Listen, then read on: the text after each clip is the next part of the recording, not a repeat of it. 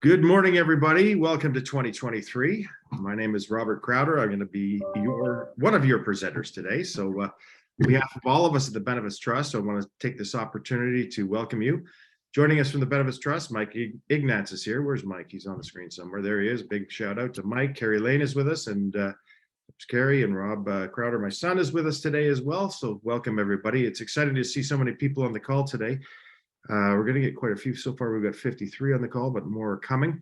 It's great to see so many people that have been around for some time. We're talking about sales today, and Lauren's with us. Joel Kadeski, since Smokey the Bear was a cub, he's been selling group benefits, and Wayne Cowie's here, and Drew Stewart, all sorts of folks that have been around for some time. So thank you all for coming. Oh, Richard Piefinch. Oh my gosh, Richard's been with selling benefits for 10,000 years, I think. Anyways, it certainly is exciting. Stacy, awesome. So if you don't have your camera on, please put it on. We'd love to see you, and we'd love you to participate as well. Today, we're talking about selling benefits in 2023. It's the beginning of the year. What date's today? The 18th. It's certainly the beginning of the year. And we got this, this empty calendar ahead of us. And what are we going to do in the next the next 12 months, and that's what we want to talk about today. And when I was putting this presentation together, I was thinking about let me just share my screen here. When I was putting this presentation together, I was thinking about a number of things. Obviously, everybody can see that. That's great. And selling, whether we're selling benefits, and that's what we're talking about today, but regardless of what it is that you're selling is one of those things that is incredibly rewarding. I don't know, everybody's got their own cocaine, so to speak, but my cocaine is getting someone from no to yes. That's what really gets me going, is when someone says yes. It's also terrifying. Selling is terrifying. Selling is frustrating. Selling is difficult. Selling is easy. And that can all happen before noon, on any given day. You can have all those feelings, before noon on any given day, but this is the path that we've chosen for whatever reason. It's either chosen us or, we've chosen it. But selling is I look at it as an incredibly rewarding, certainly career, and incredibly rewarding experience. One of the best definitions of selling that I've ever heard is it's about creating a future result that's good for your clients. And that was from Dan Sullivan from The Strategic Coach.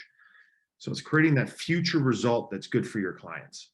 And that's what we do as sales professionals, as professional advisors, is creating a future result that's good for them. Simple as that. So what we want to talk about today are a number of things. But what are your goals? We're talking about selling. What are your goals? What's your target market? You got to know what you're going to say because people have a very short attention span. You've got a moment in time to get their attention. So you got to be able to know what you're going to say very, very quickly, very concisely, and more importantly, how you're going to add value for them. I want to talk about having a sales plan. And then what I want to do is share with you a tool that you can use to help you with that sales plan. It's something that we've created internally, and hopefully you can use it, or hopefully you can use part of it. Then we want to go through a summary and question answer discussion. And if you've got a question or a comment or anything along those lines, just jump right in, because one of the things about the insurance industry is we share information, and we share a great deal of information. And if we come to a session like this, we're going to spend an hour together today, and we come to a session like this, and if you can get one good idea out of it, I think that's a positive thing. If you can get more than that, that's awesome. But we learn from all of us together participating. These Zoomcasts that we put together are not about being the smartest person in the room, but being in a room where everybody gets smarter. So that's really the theme for today. So the point of view that we're talking about here is in Ontario right now. And I think the majority of people that are on the call today are from Ontario, but there are 449,000 businesses in Ontario. I did a couple of keystrokes when I was putting these presentations together, and there are 449,770 businesses in Ontario. What was that? Someone jump in there? Okay, 440 of those businesses have less than 100 full-time employees. Canada is made up of, and Ontario is made up of, businesses with less than 100 employees. It's as simple as that. Famous bank robber in the United States in the 1930s, a gentleman by the name of Willie Sutton. And Willie Sutton had two incredible talents. He had a talent of robbing banks, and he had a talent of breaking out of prison. And he, I think, robbed 60 some odd banks, 68 or 69 banks before he was, incarcerated, where he couldn't break out of prison. But his career, lasted about 68 banks. And one of the judges asked him, and he goes, why do you rob banks? And he goes, that's where the money is. It's as simple as that. Well, the money, in my opinion, in selling group insurance is that less than 100 full-time employees. Yeah, everybody wants to go and, close KPMG as a client, but there are so few of those companies out there. Let's deal with those companies that with less than 100 employees. And I think within that, there are three distinct groups: small groups with 1 to 5 employees, as I like to say, you to a few to a bunch, 5 to 20 employees, and a bunch to a lot, 20 to 100 employees. But I think in that category, in those three different categories, business or purchasing decisions are made a little bit differently. So really in this marketplace that we've got with under 100 full-time employees, there's 440,000 prospects. In other words, endless prospects. There's 60 of us on this call right now, and if we all get 100 new prospects, that's only 6,000. Well, there's 440,000 businesses in Ontario with less than 100 full-time employees. So again, I think the three most important things when talking about sales and talking about employee benefits is knowing your target market. What is your target market? I think that is one of the most critical things. So we're going to talk about that. We want to talk about knowing what you're going to say, and we want to talk about how many times you've got to say it to reach your goals. A little bit of a disclaimer: Benefits Trust started on January 1st, 1994, so we've been around 29 years and 18 days. Our target market list is really working with advisors like yourself. We're a full service third-party administration company. We work with advisors like you to sell our services to your clients. But it's really, our target market is those companies with less than 100 full-time employees. We do have a lot of clients that are larger than that, but they've got some very unique and specific needs. These are our views and our opinions. Right? These are our views and our opinions. I'm coming to you from a space where I've probably had more than 10,000 meetings in my career, because I've been doing this for some time. So I'm coming to you with some experience, certainly. And I know some of you that are on this call have had a lot more than that, but it's how we can share ideas from what we've learned. And this is not a commercial for the Benefits Trust. This is not about the Benefits Trust. This is about you. And the idea of this presentation again today is to help you sell more benefits in 2023. It's simple as that. So when we're talking about selling benefits in 2023, and you're talking about creating a future result that's good for your client, what are your goals? What are your goals? And it was interesting. I was at a meeting a number of years ago. It was one of the CGIB breakfast meetings, and we were going around the room. The first meeting in January, we were going around the room. We were talking about what are your goals, and a lot of people were going, I don't know, just maintain my business, whatever. But they were very somewhat vague. And I think when we're looking at goals, they have to be specific, they have to be measurable, they have to be attainable, they have to be relevant, and they have to be timely. Smart goals, in other words, they've got to be very smart, and it's interesting when you've got a goal of being vague, or sorry, I just want to be successful. Well, what does that mean? You've got to really break it down, and you've got to be specific. Another way to look at it is a dream. All of us have dreams. A dream is something that's written down. If you have a dream and you write it down with a date on when you want to achieve that dream, it becomes a goal. So a dream is, dream written down with a date becomes a goal. So it's important to write down those goals that you have in a specific way, measurable way, attainable way, relevant and timely. You write down those goals, you commit to them. I think it's important to commit to them. And my opinion is share them with your board of advisors. And I've got board of advisors there. That can be anything from a friend or a group of friends. It can be from a spouse. You share your goals with your spouse. You share your goals with me. I'm happy to talk to anybody about their goals. You share your goals with someone else, because when you have a goal that's specific and smart and so on, and you commit to it and you write it down and then you share it, you own that goal, right? You own that goal. And this is something that I've been doing for 30 some odd years. I've been doing this on a quarterly basis where I share my goals with a board of advisors, and it works. Trust me, it works, because all of a sudden you commit to them, and you've got to, in 90 days, you've got to say, hey, this is the progress that I've made. So it's important to write them down, commit to them, and share them. And again, in my opinion. So what is your target market? What is your target market? And I was thinking about this when I was putting this together. I'm going to buy a car in 2023, for example. Let's just say that my budget for that car that I'm going to buy is $65,000. And I'm just pulling that number out of the air, right? I'm just pulling that number out of the air. I want to buy a new car, so that's one thing. And my budget is going to be $65,000. Well, I'm going to knock Rolls-Royce off the list. They're not a prospect, right? I'm not gonna be looking at a Rolls-Royce car for $65,000, especially a new one. So it's important to research what your target market is, and it's important to be able to answer the question why. Why is this your target market? What is your target market, and why are you dealing in this target market? And the question is, can you be the expert in that target market? Because I think your clients, as an advisory role, your clients are looking to you as the expert. So it's important to understand what your target market is. It's important to understand why you are the expert and why you are in that particular target market.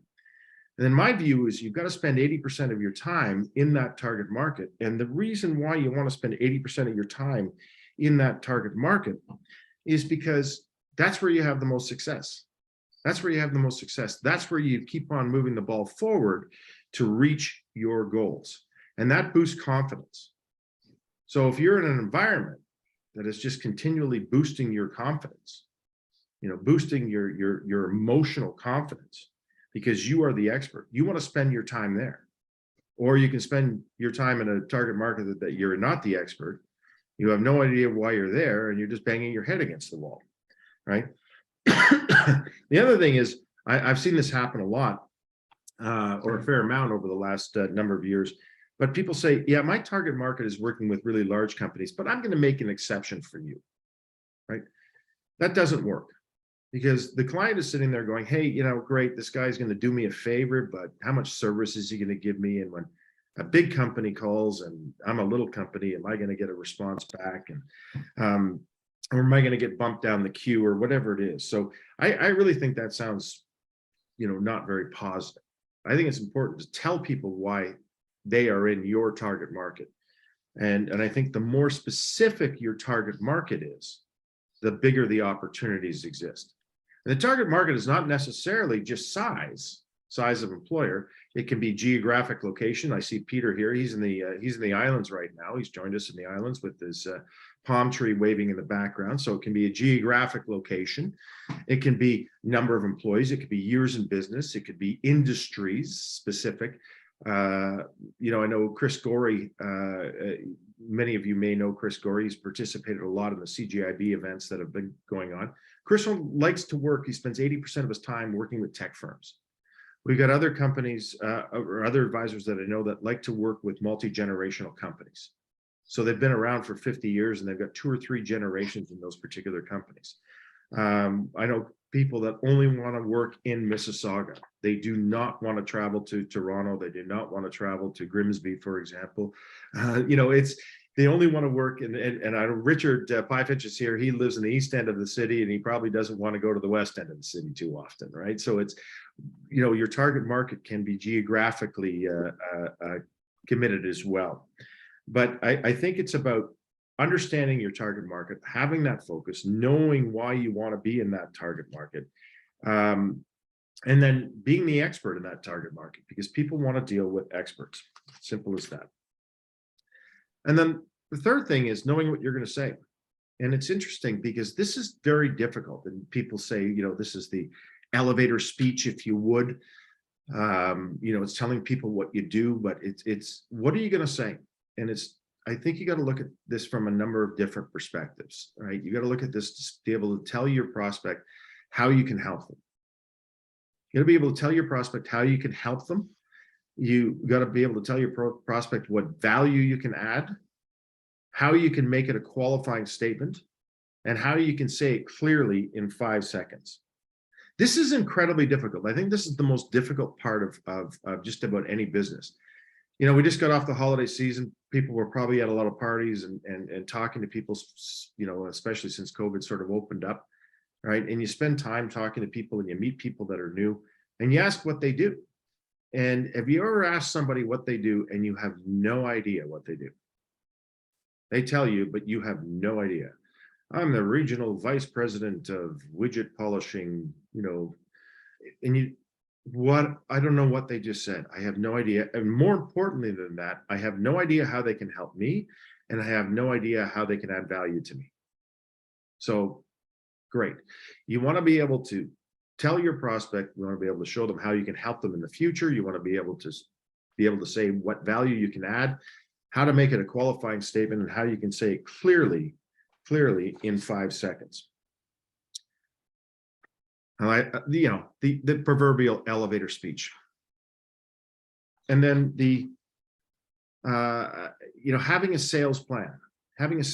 Well, I want to sell, $10 million worth of stuff, or I want to sell one new client. It's having a sales plan. I think it's important to break it down. I think it's important to start big and break it down into small little chunks. This is what's worked for me over the years. Instead of saying, hey, great, I want to get 50 new clients. Wow, that's an overwhelming goal. How am I going to get 50 new clients? And then all of a sudden you get one client, you go, man, that goal is so big. I got 49 to go. Oh my gosh, we got to break it down. You break down that goal and you break it down from big to small. And you look at what you've got to do on an annual basis. You look at what you've got to do on a quarterly basis. You look at what you've got to do on a monthly basis. And you look at what you got to do on a daily basis. It's as simple as that. What am I going to do today to help me reach my goal, for example, of 50 clients? The other thing is you got to be honest with yourself. You've got to be truly honest with yourself.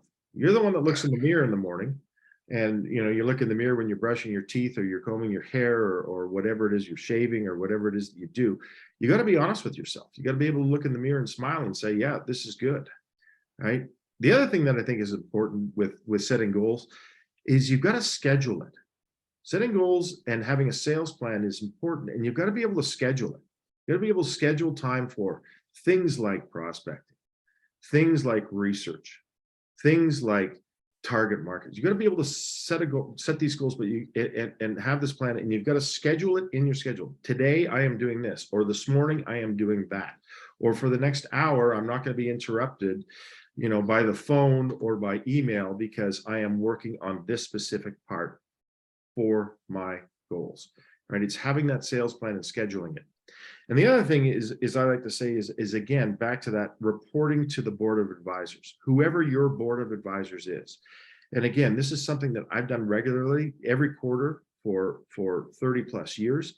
And it works. And it's interesting because when you get these folks together, they are asking you questions and they're making you accountable. And it's part of the plan. It's working the plan. The other thing is committing to that plan. It's absolutely committing to that plan. And it's important. Oh, on committing to the plan, there we go. We want to make it meaningful. You want to make the plan meaningful. You want to be patient, and you want to celebrate successes along the way. It's as simple as that. Celebrate successes along the way. Hit those milestones. Celebrate those successes.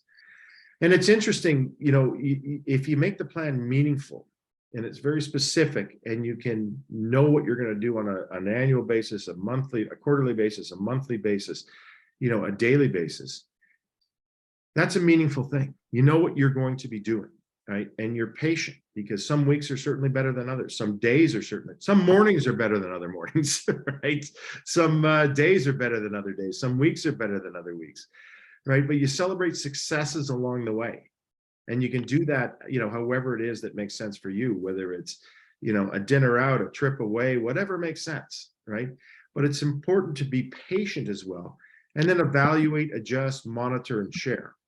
Right? It's committing to your plan, and it's saying, hey, great, I want to sell 50 new groups this year, for example, and all of a sudden after the first week you're going, hey, I didn't sell any. So I'm going to scrap this plan and start a new one. It's about being patient, and it's about adjusting it. Maybe, why didn't I sell anything? Well, maybe my target market isn't specific enough. I haven't done enough research. So it's really adjusting and monitoring, and more importantly, or most importantly, I think it's about sharing. It's about sharing. So we've gone through that really quickly. Does anybody have any comments or thoughts or ideas on what I've just sort of shared with you? I'm just going to stop sharing for a moment. Any feedback? Anybody? Hello? I put it in the chat section there, Rob. Oh, what'd you say, Anthony? Sorry, I'm not monitoring the chat because I'm too busy. No. I laughed at your last CGIB presentation and how you said nothing is worth more than 1/2 of 1%. So Yes. I'm not going to lose sleep. Whereas I'm losing sleep on my large clients all the time, going, I lose that, I lose a huge, so you always want the big fish. You're happy when they grow, but be careful for what you wish for. That's a great point. That's an excellent point, Anthony. But it depends on what your target market is. If your target market is the big fish, right? You just got to have enough of them that it's the Pearl Harbor. It's the Pearl Harbor aspect of things in your life. And if anybody's been to Pearl Harbor in Hawaii, it's interesting. You go there and you do a tour of Pearl Harbor, and the U.S. does an excellent job of putting this video together and telling the story about it. And it's quite a moving experience, actually, or I found it personally moving. But the overall thesis of this is the U.S. made a huge mistake, and that mistake was they had way too many ships in one harbor. They had way too many eggs in one basket. Simple as that. So the Japanese came in and bombed the crap out of the place, and almost lost the war as a result of it, because their Pacific fleet was demolished in a very short period of time. Now, or a lot of their Pacific fleet was demolished in a very short period of time. But it's if you've got 3 clients or 5 clients and you lose one of them, if you've got 5 clients and you lose one of them, there's 20% of your business. That's scary. Or if you've got 2 clients and you lose one of them, there's 50% of your business. I did that math in my head. Pretty good, eh? Pretty good. That's not bad. But it's a scary thing, and it keeps you awake at night. One of the things that we did early, as Anthony was talking about, is we wanted to deal with the small business and have multiple clients. So if we lose a client, because we do lose clients without a doubt, because clients go out of business, they sell their business, whatever the circumstances are. Right? When you lose one, you go, all right, nothing's more than 1/2 of 1%. Okay, next, but we know we're going to get 100 more clients in that particular year. So it's understanding what your target market is and setting those goals, and being very specific about it, and being able to sleep at night. I think that's the most important thing. It's being able to sleep at night. And one of the things that's interesting is you get up on January 1st and you go, oh, that was a good year last year, but what am I going to do this year? What am I going to do this year? And that's overwhelming. And I remember that when I was really young in this business, and you're going, oh my gosh, I got a whole year ahead of me. What am I going to do? I don't have that feeling anymore. I know exactly what I'm going to do. I know exactly what I'm going to do. Any other thoughts, questions, ideas? Anybody? Joel? Yeah, the thing about the elevator speech, I used to have an elevator speech that I changed after I heard Tom Love's elevator speech, and I think it really is good, and I've used it. He says, let me tell you not what I do, but why I do it. Yep. And I thought that pretty well does it. The other one that you mentioned that I thought is important when you talk about the idea of, going after accounts and putting value. The one that I hope nobody ever does, and I assume nobody here does, don't ever phone a prospect on a referral and say, I can save you money. That is so lame. Yeah. That is not the value that a client is looking for. Well, so, if a client is looking for that, they're going to be a client for a very short period of time. Well, the old story is you win on price, you'll lose on price, and you'll lose more on price than you win. Yeah, and you'll lose on price next year. Or even this year. Yeah. No, it's true. It's Joel, you brought up a great point, right? It's about what value you're going to add, and you know, if it's about money all the time, it's something that's not going to something that's certainly not going to be beneficial in the long run, without a doubt. You know, and it's great, the elevator speech. You know, I'm going to tell you why I do it, not what I do, right? And I think that's you know, awesome. I know Dave Patriarch, I'm not sure if he's with us today, but hopefully he's with us today, like in the grand sense of things, right? But you know, one of the things that Dave likes to say, he goes, you know, I'm a sailor that you know, advises people on benefits, right? But he gets that common ground, you know, of talking about being a sailor first. And anyways, it's just interesting. It's whatever works for you, right? It's whatever works for you. But have that elevator speech. Know what you're going to say, and know what you're going to say, and make it, you know, add value. So I just want to open this back up. I want to share. Robert, Yeah. I have a question to ask you. Yeah. When you say that I'm going to put a value, can you give us an example what kind of value you're talking about? Yeah, well, we're going to get to that in a moment. What value are you going to add, right? What value are you going to add? Let me just come back to where everybody can see this, right? Yeah. Okay. So thinking about your thinking, and this is. Sorry, Krista also had a question. Oh, Krista? I was just going to add on to Joel's comment, you know, saying like, or why you do what you do and not what you do is the old adage of like, nobody buys a drill, they buy holes in their wall. Yeah. So that's what they're looking for. Yeah, exactly. You go into the hardware store, you're not looking to buy a 1/4 inch drill bit, you're looking to buy a 1/4 inch hole, right? And the tool is just what's going to help you achieve your goals. The future result is the 1/4 inch hole.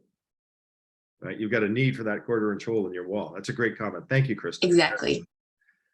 And by the way, for those of you that don't know, Krista Barzo is a superb advisor in the benefits world. But in addition to that, she's a filmmaker.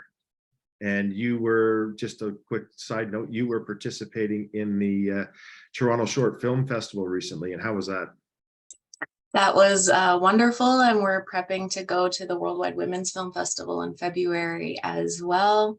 And interestingly, this finding your value and your target market and everything applies to the world of filmmaking and acting as well. So it's a space I'm very familiar with. Well, congratulations, and well done, well done. Thank you it's so much. amazing. It's amazing. It's knowing your target market. You know, you're going to start off in this particular target market. You're not going up against Spielberg yet. Right, but it's knowing your That's target next year. Yeah, but knowing your target market and knowing your abilities and knowing where you can be an expert, you know, and that's so critical. Yeah, you can't go up, or you can, but you're not going to be successful, and you're going to beat your head against the wall and be frustrated if you go up against you know, Martin Scorsese right out of the gate, you know. So you've got to build that up over time, and you've got to have that target market, and you're going to have goals, and they have to be specific and so on. So one of the things that we've done is we put together this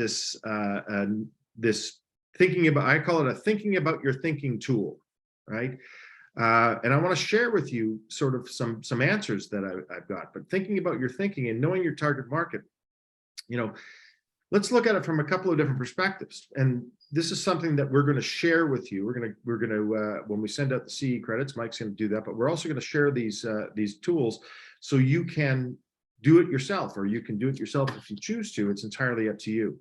But this is something that's really helped ourselves internally, but it's also helped many advisors over the last couple of years. But, you know, just getting their thinking straight, right? And it's knowing your part of it, or the first one is knowing your target market. Well, what are your business interests? You know, what are your business interests? Well, my business interest, without a doubt, is profit. I'm growth focused. I want to be active and involved, right? I don't want to be passive. I don't want to be one of those business owners where you're sort of passive and let the staff handle it all the time. Although Mike and Carrie and Rob might think differently, but that's, you know, I want to be active and I don't want to be passive. I'm going to have active involvement in it. You know, what do you have in common with your target market?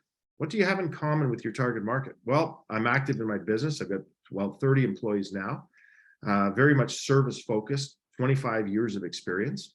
That's, you know, that's an awful lot in that I might have in common with many people in our target market. What communities are you active in? I'm active in the Chamber of Commerce. I'm active in Advocates. I'm active in KALU, active in IFB, CGIB. I'm active in the Muskoka Ski Club, the St. Andrew College Parents Guild Association. I'm active in the Huntsville Hospital Foundation. I'm active a bit in Alpine, Ontario. So these are things that I'm active in. What type of businesses do you want to work with? Well, I want to work with profitable businesses. And I like to say, first of all, number one, there's two types of businesses in the world. There's profitable businesses, and then there are other people's prospects. It's as simple as that. I want to work with profitable businesses. Why? Because profitable businesses like to buy value. I want to work with owners that are active in the business. I want to work with growth-oriented businesses. I want to work with passionate people, passionate about what they do, right? I want to work with focused people. I want to work with people that enjoy life. I know some people that are profitable and they're active and they hate life because for whatever reason, they are just not happy people. And I don't want to work with them, okay? I think one of the most important questions is, what type of companies do you not want to work with in your target market? Well, I don't want to necessarily work with public companies. There's different rules and regulations around public companies. I don't want to work with companies that have foreign ownership. I don't want to work with companies outside of Southern and Central Ontario. Right? I don't want to hop on a plane to have to make prospecting calls, right? Or drive 10 hours. No, I want to work in Southern and Central Ontario. The other thing is I want to work with, I don't want to work with companies where decision makers that don't value advice from professionals. I think that's critical as well. And I don't want to work with folks that have a short-term outlook. We know that some businesses have long-term outlooks, and some businesses, because of the cycle that they're in, might have very short-term outlooks. I don't necessarily want to work with companies that have short-term outlooks. Because as Joel was saying, hey, they're looking at the short-term to save money. Well, they might be looking at the short-term with somebody else to save money, next week or next month or next year. My geographic restrictions, yeah, I want to work in Southern and Central Ontario. It's as simple as that. And I want to work with companies with 1 to 100 employees. So with thinking about your thinking, you fill out this form and you put all this together, right? You put all this together and it just sort of clarifies your thinking about what your target market is. And then you can create a statement. So what is your target market? Well, my target market is profitable entrepreneurial businesses where the owner or owners are active and focused in growth between 1 and 100 full-time employees located in Southern and Central Ontario. That was taken just from the thinking about my thinking, right, in this particular page, able to put that into a very concise and specific statement. I want to spend 80% of my time working in this particular target market. This is an example. The only thing that I would add to this is I want to work with advisors that have profitable entrepreneurial businesses where the owners are active and focused in growth between 1 and 100 full-time employees located in Southern and Central Ontario. And it's interesting because using this as as an example, I was at a meeting with an advisor and a client that's got 35 employees, I think it was. And they were located, in the target market. And I was invited out to this meeting to participate with this advisor. And we sat down and we were talking to the owner and the accountant about their business. And we were talking about their growth. We were talking about, how active this particular owner is.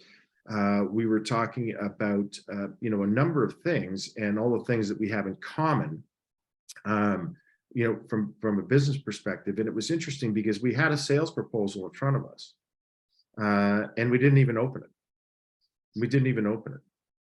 Right? It was just about saying, hey, we are in this target market. We're in this together. This is what we do and why we do it.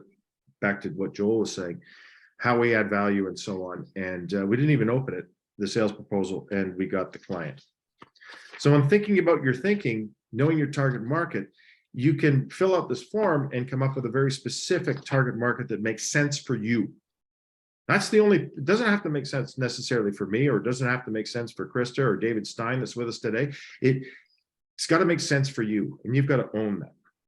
And then back to the adding value, the question about adding value. what are you going to say? All right, what are you going to say? So here's another form about thinking about your thinking and knowing what you're going to say, right? Who would you like to help? Who is it that you want to help? Well, we want to help successful growth-oriented business owners. That's who we want to help, and their employees, but we really want to help the successful growth-oriented business owners. What do you want to help them with? Well, I want to help them with customized benefit plan designs, implementation, and ongoing service. And how can you add value? So back to the question that was asked a few moments ago, how can you add value? Well, we can target a benefit plan design for their unique business. We can have conservative budgeting. We can have tax-effective solutions for the business owner. We can provide clear understanding of the link between plan design and costs, right? That's where we can add value, right? Targeted plan design, conservative budgeting, tax-effective solutions, and providing a clear understanding between the link between the plan design and the costs. A lot of business owners, especially in the smaller end of the marketplace, haven't been receiving that. That's where we're adding value. So where is it that you're going to add value? You answer that question. That's where you can add value. And when do you want to help them? Well, I want to help them today, and I want to help them tomorrow, and I want to help them beyond. So this is not easy. You might have a number of different renditions of this, but when you can take the thinking about your thinking, and you can narrow it down to a couple of points, you can come up with a statement. And I think this is and I know a lot of you that have been on these calls in the past have heard me say this, but what we do is we help successful business owners build a better benefit plan than they can get anywhere else. It's as simple as that. So when someone says, what do you do? And whether, I'm sitting beside them, at a party, or we're on an airplane, or, I was at a party at Christmas time with at Dave Patcher's house. Say that 3 times fast. And someone says, "What do you do? Are you in the same business as Dave?" or whatever it was. It was, no, we help successful business owners build a better benefit plan than they can get anywhere else. So let's break it down for a second. We help. First of all, people like to be helped. Some of you are here for the CE credits. Some of you are here, to help set goals. We help. People love to be helped. First of all, everybody loves to be helped. We help successful business owners, so it's qualifying. Right? We help successful business owners. We don't help unsuccessful business owners. We help successful business owners build. Build is a very powerful word. Build means custom, right? A better benefit plan. Oh, good. So I'm going to create something that's better for them, right? And exclusivity, a better benefit plan than they can get anywhere else. So when you say something like this, when you've got that qualifying statement and it's about their future and you're making it about their future, we help successful business owners build a better benefit plan than they can get anywhere else, right? The first question that someone asks 95% of the time is, how do you do that? What are you doing? You're engaged in a conversation, right? You're engaged in a conversation in your particular target market. So now, how many times do you have to do it to reach your goals? Well, my 3-year, I'm just putting numbers in, my 3-year revenue goal is, let's say, $300,000. By the end of the 3rd year, I want to have $300,000 in recurring revenue. So my 1-year annual revenue goal is $100,000. Can everybody see this? Is that okay? Yeah. I'll blow it up a touch. But my 1-year annual revenue goal is $100,000. So let's just assume for a moment, right, in my target market, the average benefit spend is about $3,000 per year, and commissions is a flat 5%.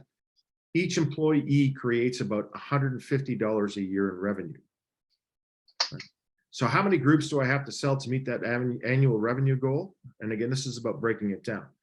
So $100,000 divided by $150 per person on average, I need 666 full-time employees. Let's just assume for a moment my average group size is 30. I know some of them are going to be larger, some of them are going to be smaller, but my average group size is 30. Therefore, I need 22 groups to reach my annualized $100,000 goal. 22 groups. So all of a sudden, it's gone from $300,000 in 3 years to 22 groups a year. Right? Another example, revenue goal 75,000, 150, 500 lives, average target market is 25, I need 20 groups. So you're breaking it down into bite-sized pieces, and we're going to take that even further. Right? Let's just say, I need 22 new clients this year. That's 2 a month. Okay, 22 new clients. Well, how many meetings do I have to have? Well, depending on what your closing ratio is, and I'm just assuming I'm not very good at this. So my closing ratio is 10%. This is just an example, but my closing ratio is 10%. So I need to have 220 meetings. I need to have 220 meetings a year with prospects, right? How many weeks do I want to work? Well, I only want to work 40 weeks a year because I want to take vacation. I know it's not the best time of the year to have meetings the week before, the week before Christmas, the week before Easter, whatever it is, right? I want to work solidly for 40 weeks a year. That means I have to have 6 meetings per week. So how am I going to get 6 meetings per week? Well, it depends on how you prospect, but if you're prospecting, for example, over the phone, which many of us do, and I certainly do, it's how many calls do I have to make per week? Well, I've got to make 60 calls per week. Assuming that's 5 days a week, I need to make 12 calls a day. Simple as that. So I've got my target market, I've done the research, I know exactly who's in there, I've got all their phone numbers, and I've sent letters to them, whatever it is, but I've got to make 12 calls a week. And one of the interesting things that is you make, all 12 calls between 12 calls a day between 9 and 10 o'clock in the morning, or between 11 and 12 o'clock, during the day, right? It depends. And I like to mix it up, right? Different times of the day, different target market, or different groups, because you'll find what's successful, and you'll find how you can dial these things through, or how when you dial, you can get through to people. Or when they get back to you. But for example, if you're dealing, I was talking to someone that likes to deal with bakers.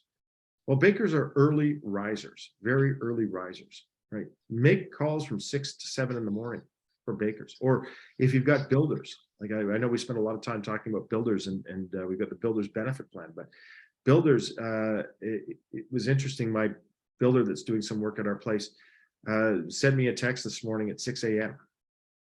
He's up, he's working. 6 a.m. right?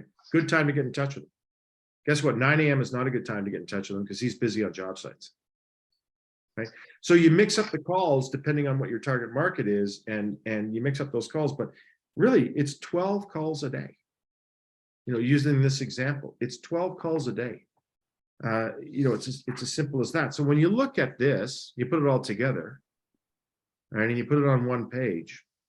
My target market is profitable entrepreneurial businesses where the owners are active and focused in growth between 1 and 100 full-time employees located in Southern and Central Ontario.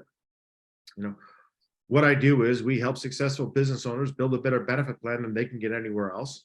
And I have to make 12 calls a day to reach my financial goals. That's pretty concise. That's a pretty good sales plan.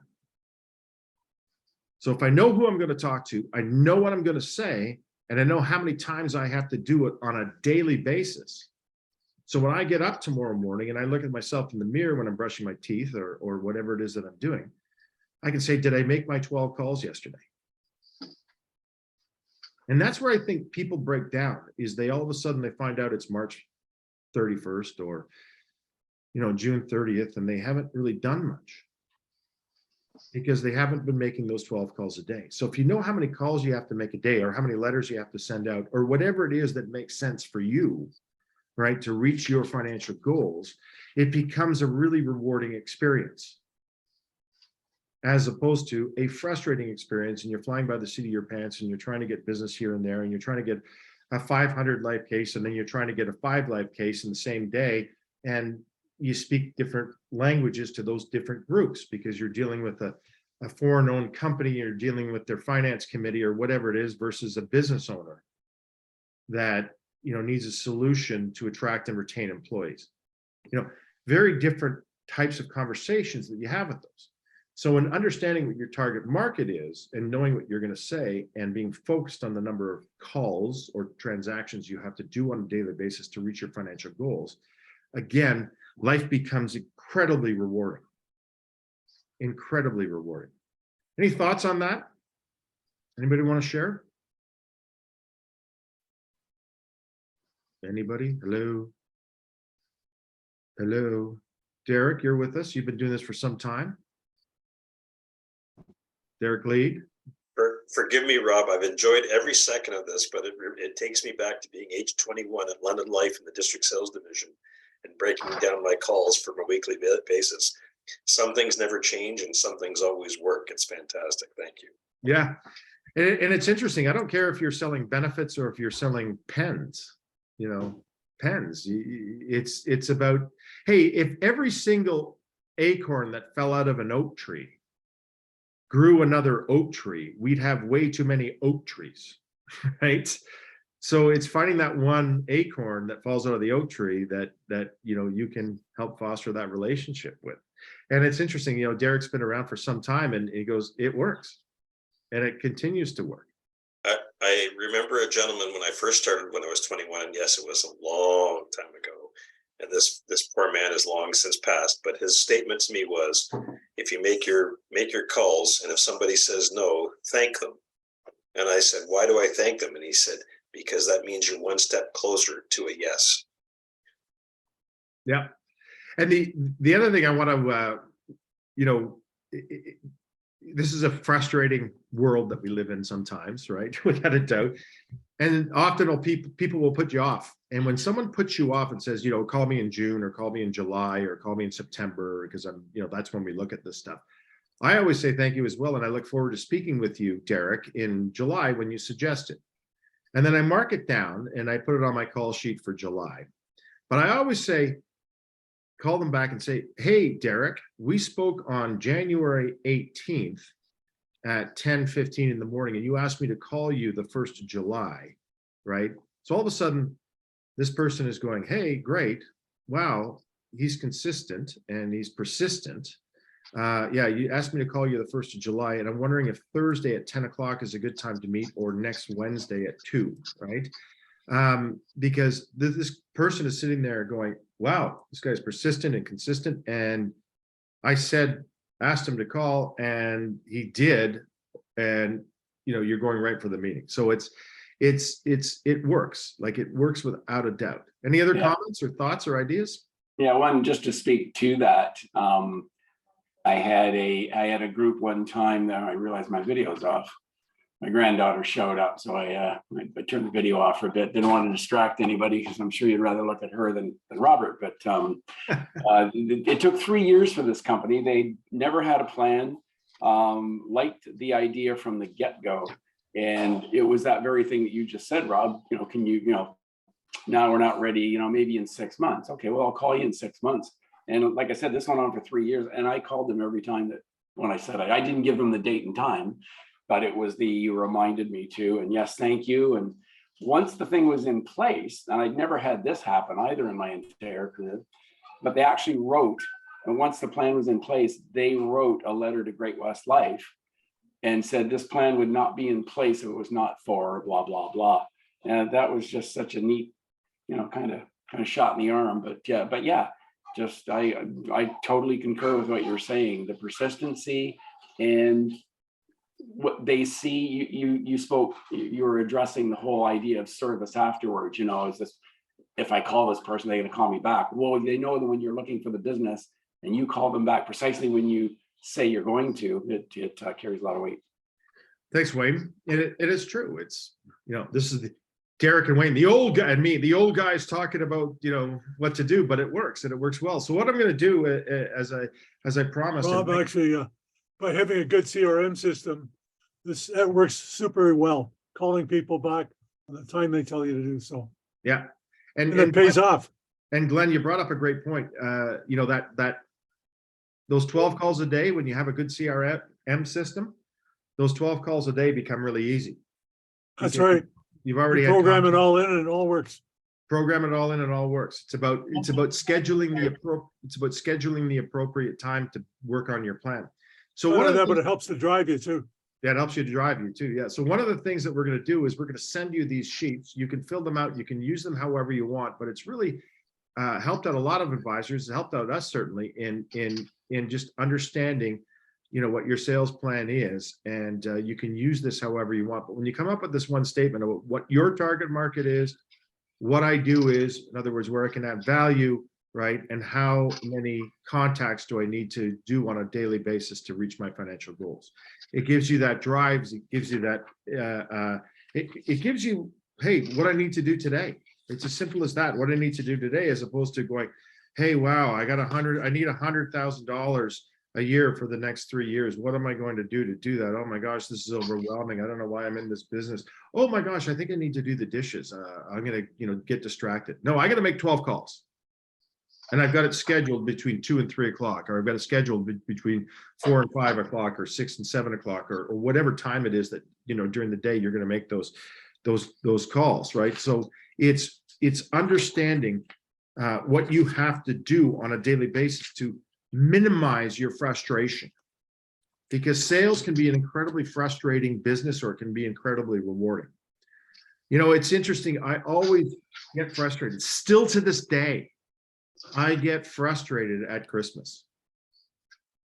And why? Because no one wants to talk to you, right? Because everybody's busy. But I know on January 2nd or January 3rd or January 5th, when, everything comes back to reality again and people are eager to do business, it's, that is going to kick in. My frustration levels used to be really high. They're still there, but they're a little bit less, because I know I've got that sales plan. I know what I'm going to be doing every single day in those 40 weeks that I'm working, because it's scheduled, it's worked in.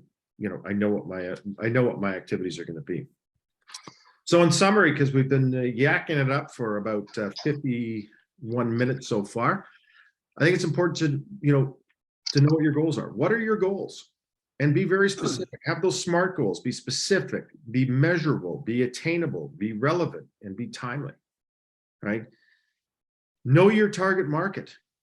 Know your target market. You are the expert. You are the expert in that target market. Tell them why they are in your target market. It's very powerful. Like, again, the comment that I made earlier about sitting down with that advisor and sitting in this particular meeting with this client or prospect at the time that's now a client, but it was just, we didn't even talk about the sales presentation we made. We talked about why we do what we do. We talked about why we're in this, why they are in our target market, all the commonalities that we had together. And there was that element of trust, an element of, hey, we're the expert. And they were not dealing with an expert because they were frustrated. Now they're going to be dealing with an expert. So know what your target market is, be the expert, share that information with your clients. Know what you're going to say. Don't fumble. Know what you're going to say. We help successful business owners build a better benefit plan than they can get anywhere else. Again, not unsuccessful businesses, or I'm not a business owner, so I can't help you. Great. We help successful business owners build custom, awesome, a better, okay, it's better than I've got, so I'm listening, that I can get anywhere else, exclusive. Great. Have a sales plan, 12 calls a day, 47 emails a day, whatever it is, however you interact. Everybody's got their own process and so on. But as Derek was saying, as Glenn was saying, right, as Wayne was saying, it's those telephone calls. And I love the CRM systems. I love when you can call someone back and go, hey, Wayne, you and I spoke on the 18th of January at 10:15 in the morning, and you asked me to call you the 1st of September. Is Tuesday at 10 o'clock a good time to, meet? It's awesome. And commit to the plan. It's interesting, commit to the plan.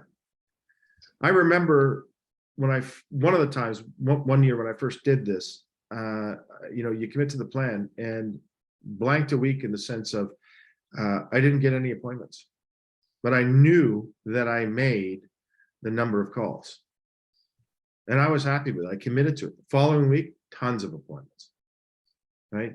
It's committing to that plan. It's committing to that plan over time. Every once in a while, you're going to have to adjust it. Krista. It brings to mind, I was at a goal setting seminar once, and they were saying when you're setting your goals, make sure that they're things that you can control. So, booking a client this week that's out of your control, making a phone call is in your control. A lot of people fall into that trap, especially in January. They want to lose 20 pounds, but there's a lot of stuff that can go into whether or not your body will allow that to happen. But you can drink water, you can eat according to your plan, you can make sure you're moving and trust that eventually your goals will happen. But if you make the thing that determines whether or not you had a successful day, week, month be within your control, then that's much more productive than putting it outside. Yeah, great point. Making it in your control. And the control is, in this example, the 12 calls a day, right? And then being honest with yourself. Yeah, I'm frustrated. Well, I didn't make any calls. Okay, right? Yeah, you're going to continue to be frustrated, right? It's about breaking it down into bite-sized pieces, little steps that are in your control. Thank you, Krista, for sharing that. That's a great way. Robert, Yeah. I learned something very early. I hate to tell you how many years ago from a client of mine, and he told me, I used to come in a shirt and tie, and he said, I won't deal with you because you're looking down at me by dressing better than me. Sorry, having difficulty hearing you, Richard. Early in my career, I learned to dress according to the way the client dresses. I used to go in a shirt and tie, and the client said to me, you're looking down on me because you're dressed better than me. So I went in, a sports shirt, slacks, or a t-shirt, and that's when my business took off. Yep. Because now I was dealing with him on his level, not mine. Yeah. If your target market, for example, is builders, builders and construction folks, if your target market is builders and construction folks, Richard, and if you show up wearing a suit and tie, right? Yeah, that's not going to work. If you show up wearing steel toe boots and a hard hat and, a safety vest, it's going to go a long way. So it's about knowing having specific SMART goals. It's about knowing your target market. It's about knowing what you're going to say. It's about having a sales plan. It's about committing to that plan.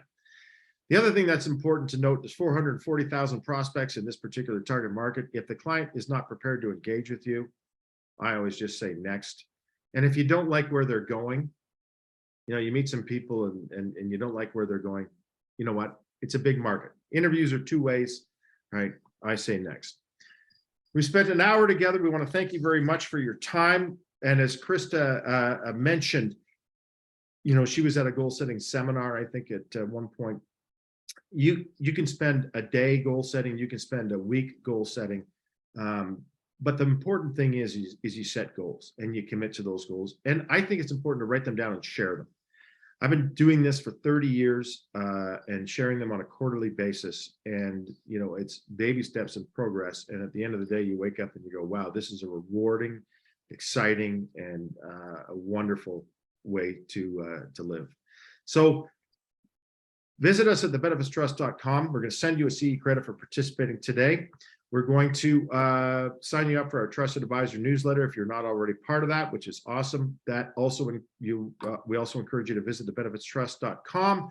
We've got lots of Zoom sessions coming up over the next couple of weeks and months. We'd love to see you on those. If we're doing business with you, thank you very much. If we're not doing business with you, we'd love to do business because guess what? We're open and we have some inventory left for 2023, right? We have some inventory on the shelves. So we'd love to do business with you. And we encourage you, again, to set goals, to write them down, to commit to them and share them. This has been a really quick presentation on something that is important. We're going to send you the knowing what you know, or the thinking tools. We're going to send those to you as well. Use them, don't use them. It's entirely up to you, but we wish you continued success in 2023 and beyond. And let's not make it frustrating. Let's make it positive. Thanks for your time, everybody. Really appreciate it. And we're going to stick around for a few minutes. If anybody wants to stick around, that would be awesome, but we're going to stop the recording now. So again, thank you very much. And look forward to 2023 with you all.